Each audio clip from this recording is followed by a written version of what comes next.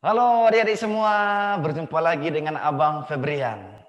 Kali ini kita akan membahas dinamika gerak, khusus penerapan hukum Newton pada bidang datar dan bidang miring. Oke, maka langkah-langkah yang perlu adik pahami agar dapat menyelesaikan persoalan-persoalan dalam dinamika gerak ini. Yang pertama, adik-adik semua harus bisa menganalisis jenis gerak bendanya. Apakah itu memenuhi hukum 1 Newton? Di mana hukum 1 Newton itu menyatakan jumlah gaya yang bekerja pada sistem atau pada benda itu sama dengan 0. Jika benda dalam keadaan diam, kecepatannya sama dengan 0. Jika benda bergerak lurus beraturan, kecepatannya konstan. Kemudian apakah gerak benda itu memenuhi hukum 2 Newton? Di mana hukum 2 Newton menyatakan sigma F sama dengan M dikali A. Nah, gitu ya. Jika benda mengalami hukum 2 Newton atau mengalami percepatan, berarti jenis geraknya adalah GLBB. Nah, perlu adik-adik ingat bahwasannya kalau GLBB ada 3 persamaan umumnya. Yang pertama VT sama dengan V0 tambah kurang A dikali T. Kemudian S sama dengan V0 T tambah kurang setengah A dikali T pangkat 2. Kemudian yang ketiga VT pangkat 2 sama dengan V0 pangkat 2 tambah kurang 2 dikali A dikali S. Ingat ya, tambah kita pakai dalam persamaan tersebut jika benda mengalami gerak dipercepat. Kurang kita pakai kalau benda mengalami gerak diperlambat. Nah, langkah selanjutnya adik-adik semua perlu menganalisis gaya-gaya yang bekerja pada benda tersebut. Selain gaya tarik atau gaya dorong, ada namanya gaya berat di mana arahnya selalu ke bawah menuju pusat bumi. Dirumuskanlah dengan W sama dengan M dikali G. Kemudian ada gaya normal. Gaya normal ini adalah gaya kontak atau gaya sentuh, yaitu gaya yang selalu tegak lurus dengan bidang sentuh. Disimbolkan dengan N. Biasanya gaya normal ini kita cari untuk mencari besarnya gaya gesek. Nah, yang ketiga ada gaya gesek. Disimbolkan dengan F kecil. Di mana rumus umumnya mu dikali N. Ingat ya, gaya gesek itu ada 2. Gaya gesek kinetik dan gaya gesek statis. Nah, gitu. Nah, gaya gesek ini arahnya selalu berlawanan dengan arah gerak benda. Katakan benda ditarik atau bergerak ke kanan, maka tentu gaya geseknya adalah ke kiri dan sebaliknya. Kemudian gaya selanjutnya ada namanya gaya tegangan tali. Tentu gaya tegangan tali ini akan ada jika ada tali yang bekerja pada benda tersebut. Disimbolkan dengan T. Nah, setelah kita tentukan gaya-gayanya, maka gaya tersebut perlu kita proyeksikan. Kita uraikan vektor gayanya pada sumbu X dan sumbu Y. Nah, gitu ya. Kalau bendanya diletakkan pada bidang datar seperti ini kan dekku, maka yang menjadi sumbu X-nya adalah bidang datarnya ini, bidang sentuhnya ini. Maka sumbu Y adalah yang tegak lurus terhadap bidang datar tersebut. Kalau misalnya abang letakkan sebuah benda pada bidang miring, katakanlah bidang miring ini membentuk sudut kemiringan terhadap bidang mendatar sebesar theta. Maka yang menjadi sumbu X kita tinjau adalah bidang miringnya. Lantas yang menjadi sumbu Y adalah yang tegak lurus terhadap bidang miring ini. Kira-kira seperti inilah sumbu Y-nya. Nah, gitu dia.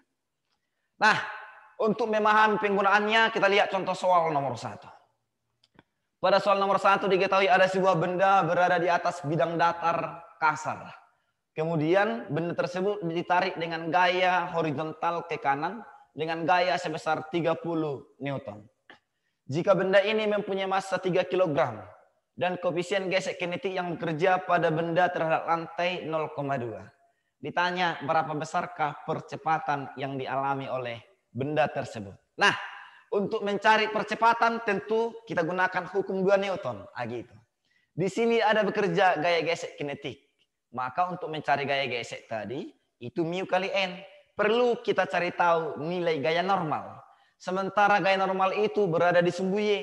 Tinjau gambar ini di sistem ini. Apakah benda bergerak pada sumbu Y? Iya, benda tidak naik atau tidak turun. Maka pada sumbu Y benda diam, berlaku sigma F di sumbu Y sama dengan 0.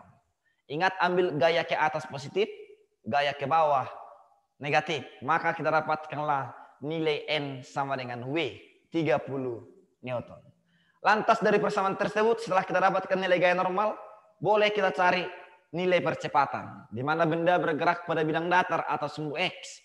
Sigma Fx sama dengan M dikali A. Gaya-gaya yang bekerja pada sumbu X ada si F ke kanan, Fk ke kiri. Di mana F searah dengan perpindahan atau gaya tariknya, maka F lah kita ambil positif. Gaya gesek kinetik yang berlawanan dengan perpindahan negatif. Sehingga boleh abang tuliskan F dikurang gaya gesek kinetik sama dengan M dikali A. Dari persamaan ini kita dapatkanlah nilai A-nya 8 meter per sekon pangkat 2. Gitu dia adikku. Contoh yang kedua.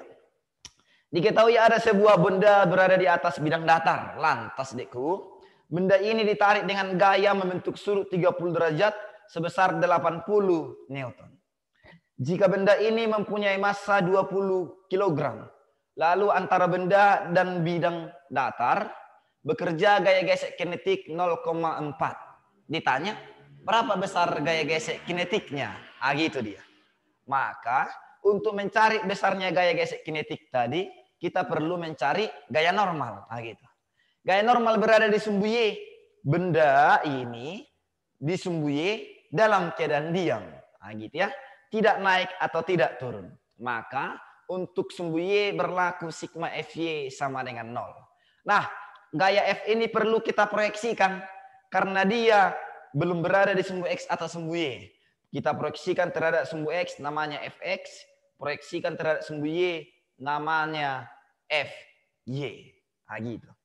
Maka dari gambar tersebut kita lihatlah bahwasannya gaya-gaya yang bekerja pada sumbu Y ada gaya normal ke atas, gaya Fy ke atas, W ke bawah. Maka didapatlah nilai N sama dengan W dikurang Fy. Di mana Fy itu adalah F sin 30. Maka gaya normalnya sama dengan 160 Newton. Nah, setelah tahap gaya normal, masukkan aja ke rumus gaya gesek. Di mana besar gaya gesek kinetik sama dengan mu K dikali N. Maka kita dapatkanlah besar gaya gesek kinetiknya 64 Newton. Gitu dia. Contoh soal nomor 3. Diketahui ada sebuah benda berada di atas bidang datar, lalu ditarik dengan gaya membentuk sudut 30 sebesar 10 Newton. Jika benda ini massanya 1 kg, lalu ditanya berapakah besarnya jarak yang ditempuh oleh benda ini jika ditarik selama 10 sekon. Tentu dekku, sebelum bekerja gaya 10 Newton, benda ini dalam keadaan diam. Maka kecepatan mula-mula sama dengan 0. Gitu. Karena ditanya jarak perpindahannya, maka tentu benda ini bergerak. Maka besarnya gaya-gaya pada sumbu X itu sama dengan M dikali A. Gaya yang bekerja pada sumbu X ada Fx. Hanya itu ya. Maka Fx sama dengan M dikali A. Kita dapatkanlah dari persamaan itu. A sama dengan 5 akar 3. Gitu. Nah, untuk mencari jaraknya kita gunakan persamaan GLDB gitu ya. Di mana S sama dengan V0T tambah setengah AT pangkat 2. Di mana V0-nya adalah 0, maka tinggallah setengah A kali T pangkat 2. Maka kita dapatkan nilai S-nya 250 akar 3 meter. Gitu. Baik, lanjut kita soal nomor 4. Diketahui ada sebuah benda. Benda itu bulat seperti ini ya. Lalu benda itu didorong terhadap dinding. Gitu. Tentu benda ini dalam keadaan diam karena dia ditahan terhadap dinding. Gitu. Lalu benda ini menyentuh dinding tepat di titik A. Benda ini juga bersentuhan di B. Nah, jika massa bendanya sama dengan 2 kg. Lalu benda ini didorong ke kiri dengan gaya sebesar 20 Newton. Ditanya, berapakah gaya kontak atau gaya sentuh di titik A dan di titik B? Nah, karena benda ini dalam keadaan diam, berlakulah hukum 1 Newton. Sigma F sama dengan 0. Kita tinjau pada sumbu X dan sumbu Y. Sigma FY sama dengan 0. Untuk sumbu Y, gambarkan semua gaya-gayanya. Ada gaya berat ke bawah, ada gaya normal atau gaya kontak NB ke atas. Maka dari sumbu Y kita dapatkanlah NB sama dengan W. Berarti NB-nya sama dengan 20 Newton. Kemudian tinjau pada sumbu X. Ada si F arahnya ke kiri. Kemudian ada gaya normal si A arahnya ke kanan. Sigma Fx sama dengan 0. Maka kita dapatkan NA dikurang F sama dengan 0. Maka NA-nya sama dengan si F. 20 Newton. Gitu dia.